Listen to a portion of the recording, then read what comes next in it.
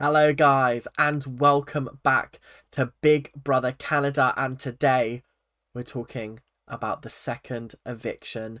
And I gotta say, this week has been absolutely crazy in the Big Brother Canada house. I know they're on like week 5. This is technically week 3. So like I'm a little bit behind. I know, but we've got a lot to talk about, and hopefully we'll be catching up a little bit more to the point where we are back on it. But we have a lot to talk about because in the previous episode, obviously, Vivek was taken down from the nominations chair and was replaced by Donna in a shocking decision made by V. Obviously, Donna is not best pleased because obviously V is her ally and she's like, what the flip is happening? And I can't help but agree because I think this is a very crazy move. And I think also it could end up harming V's game in the future because I think people will see that she's a little bit of a loose cannon and potentially want her out of the house at the same time. So a lot of things are at stake. We are going to be saying goodbye to somebody in this episode. So stick around for that. But before we do get started, I hope you guys enjoyed the episodes of Big Brother that you've seen so far. Remember, the link to the episodes are in the description down below, so make sure you're checking that out if you are interested in watching. If not, these videos count as like a review recap kind of thing. Just what I'd probably do is maybe look up the cast so you know who I'm talking about, so you're not like, who the feck is this person? Who is this person? Yeah. But other than that, thank you guys for subscribing. We're almost at 800. To be fair, we might be at 800 by the time this goes out because I'm recording these back to back. But if we're not at 800, what are you guys doing? What are you guys doing? Come on. We're almost at 800. You're taking the piss now. Come on. We can do it. Let's get that ball moving, please. But yeah, thank you guys for watching, and let's crack on with the video. So, the fallout from nominations was nuclear. It was crazy because Donna's now sitting here going, fudge, I've got to try and campaign my way out of going home because there is no way people are sending Elijah home over me. That's not happening. And I can't help but agree. Ugh. Donna's in a very, very difficult position because she's up against the best pawn ever. And yeah, it's tough because this, like, no one wants to get rid of Elijah. Unless they are wanting to save Donna, they're not getting rid of Elijah. There's no way. He's so lovely and so sweet. And that's just the way things are. But obviously, everyone is a little bit confused by the decision that V made. V made the decision basically with her hot chocolate gals and the hot chocolate pact, and she let Vivek in on it and was like, I will save you, but you've got to pledge your loyalty to me, etc, etc.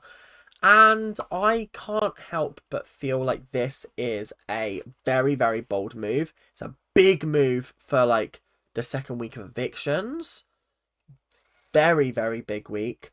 But also the hot chocolate gals came and spoke to Bailey and explained to her that her and Donna make them feel uncomfortable with like their looks to each other and the fact that they think that they're always talking about them behind their back. I mean, apart from Lexus, I have not seen that with the other two. I know Donna's been very outspoken about how she feels about Lexus, but the other two were like getting upset and crying and like explaining themselves. And I didn't know whether they were lying, whether they were amplifying the truth, or whether they were just actually telling the truth and we just haven't seen it. Because I haven't seen those kind of interactions, and I feel like because this is a very heavily edited show, if it was important, we would have seen it. That's how I always feel like. If someone says something happened and we haven't seen it, I'm always like, well, has it actually happened?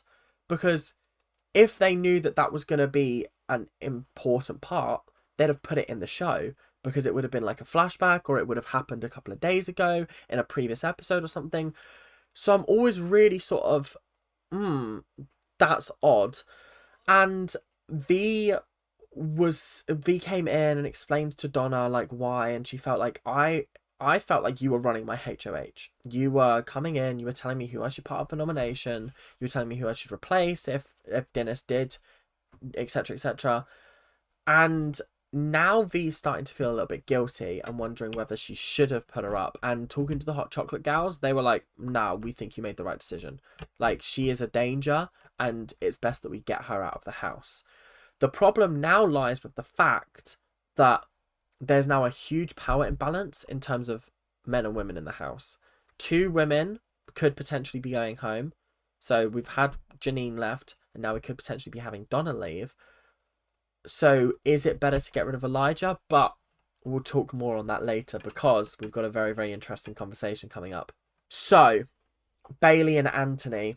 Anthony is ecstatic that Donna is up on the block. Donna has been mentioning his name as someone that should be going up, and he wants her out of the house. He's tired of this. He's tired of playing a game with someone who is trying to get on his back. Do you know what I mean? So he's talking to Bailey, and Bailey's like, I just don't understand. I just don't get it. I don't get it. And Anthony's like, let me lay it out for you. I've noticed a change in this house. I've heard you've been saying my name and don't even bother lying about it because I know it's true. And Bailey's like, whoa, where is this coming from? What is happening? And I do feel bad for her because I feel like the majority of all of this stuff has been spearheaded by Donna, and then Bailey's kind of just there. Do you know what I mean? I don't think she's an actual threat in the house at this point in the game, but I think Donna is. And I think Donna is proving herself to be because she's showing her cards to anyone that wants to see them. Do you know what I mean? It's like she's just a bit too fast and loose with her gameplay at the moment, and it's getting a little bit problematic. And Anthony is trying to tell Bailey that she's kind of doing the same.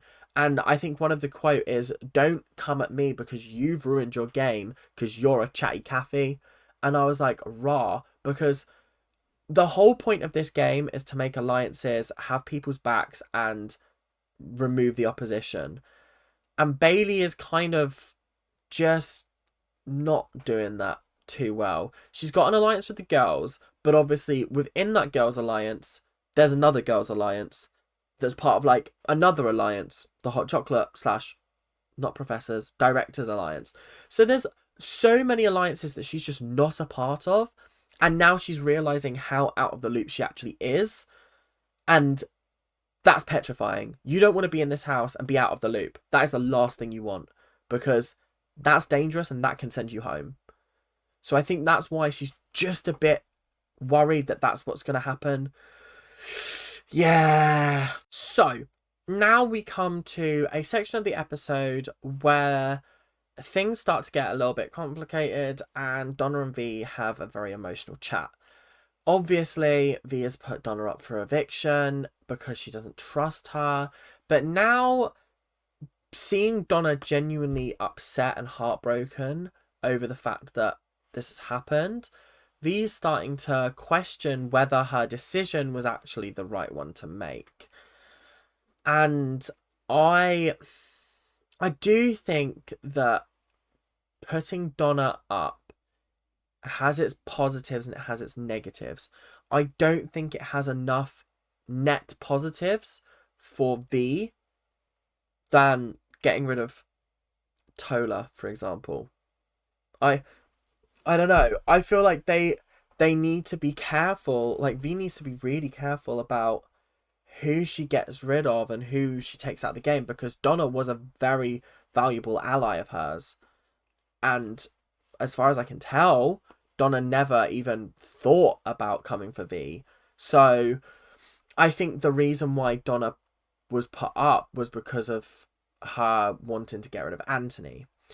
Now, V is now questioning whether she should stay, and Donna thinks the whole situation sucks, which it kind of does, I won't lie. Like, it's just not going well for her at the moment. Her game's kind of been blown up. It's unfortunate. It is what it is. But now we're at the point where Donna is like, how can I campaign? Because Lexus won't vote for me. Avery won't vote for me. Kayla won't vote for me. I've probably got Bailey, Todd, and that's kind of it. So maybe what I need to do now is align myself with the boys and see whether I can rustle up some votes there, I guess.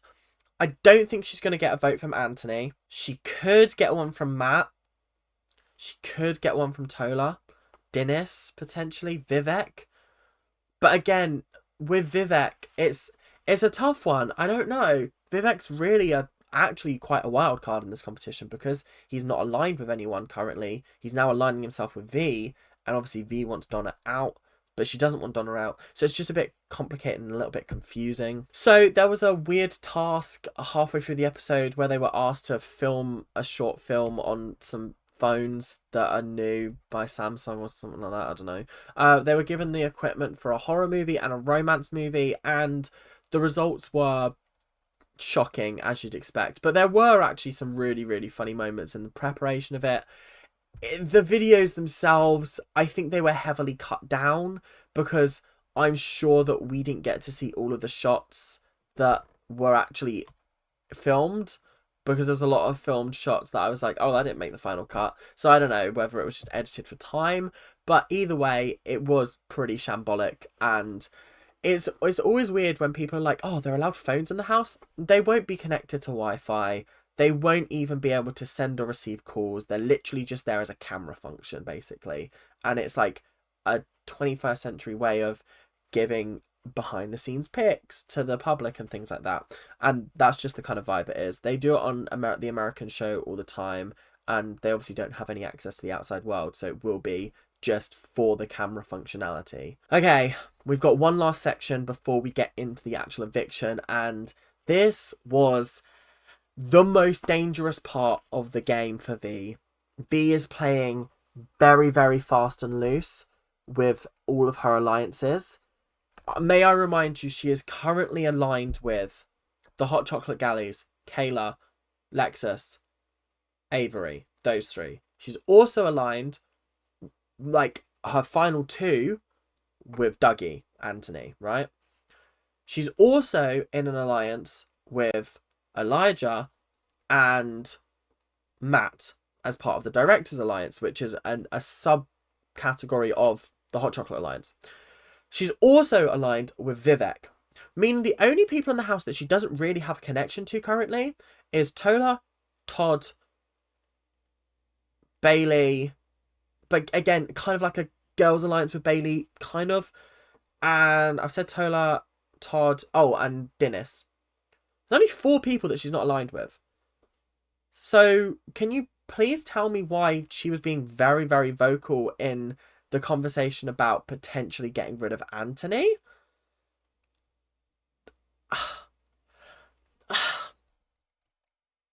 I just have a feeling this is going to come back and bite her in the arse really badly, because I don't know.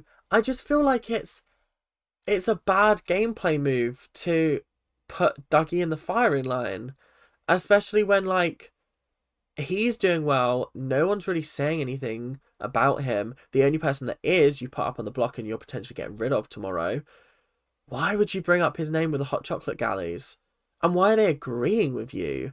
It felt odd, and it felt like a really, really dangerous move in an otherwise flawless game. So I don't know what she's playing at, but it's not going to end well for her, unfortunately. It really isn't. And I want V and Dougie to do well, obviously. I like Bailey, I like Lexus, I like Matt, I like Elijah. The rest are kind of just there for me at the moment. The more I watch, the less I like Avery. I'll be 100% honest. I don't know whether that's just how she's coming across on TV, but, like, I really liked her week 1, and week 2 I've just found her really tough to watch at times. Like, she's gone from being like this lovely sweet girl into like this manipulative person chatting behind people. I don't know, I know, like, that's what the game is about, but I don't know, it's just not coming across great for me at the moment, but it is what it is. So the eviction vote, I gotta say, This was not how I was expecting it to go. I really thought everyone would vote for Donna, but Elijah did receive some votes. So it actually was a lot. It wasn't a lot closer than I thought. It was a lot closer than I thought it was going to be, but it still wasn't that close. So Matt obviously voted for Donna. He's aligned with V. It makes sense. Vivek also went for Donna. It makes sense. He's aligned with V. Go with what she wanted. Bailey voted for Elijah. Again, I understood that because Bailey obviously is Donna's friend.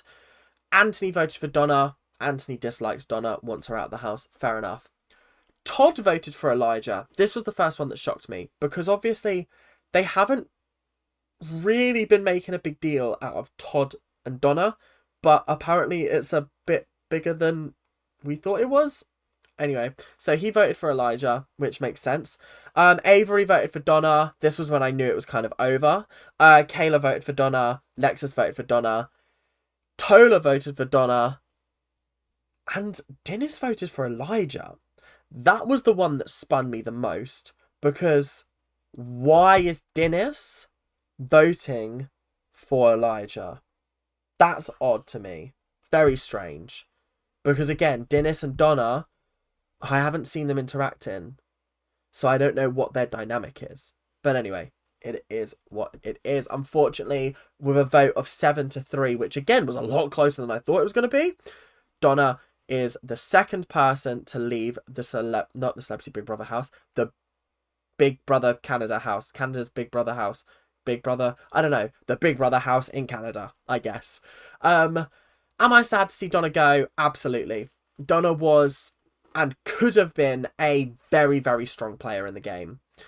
She played her hand too early. She aligned herself with the wrong people, I think. I think what's really fucking everyone over this series is this girls' alliance that started week 1. Because now that's 2 people from that alliance that have been ousted. It's just really, really bad to make alliances based on gender lines. Purely because they're fragile gender lines. They're very, very fragile. Because it's only a matter of time before that alliance breaks down and you believe you're still in this alliance, but everyone else has made alliances without you. That's kind of what happened to Donna, unfortunately. But it is where it is. Not really much else to talk about. So thank you guys very, very much for watching. I hope you guys enjoyed. We are moving on to week 4 / the 3rd week of evictions next week. Probably going to do it in the same format as I did today. So do head of household, power of veto in one episode and then do the eviction. Just makes sense that way. But other than that, thank you guys very, very much for watching. I hope you guys enjoyed and I will see you guys in the next episode. Make sure to keep on ranting. Make sure to keep on subscribing and I'll see you guys later. Bye now.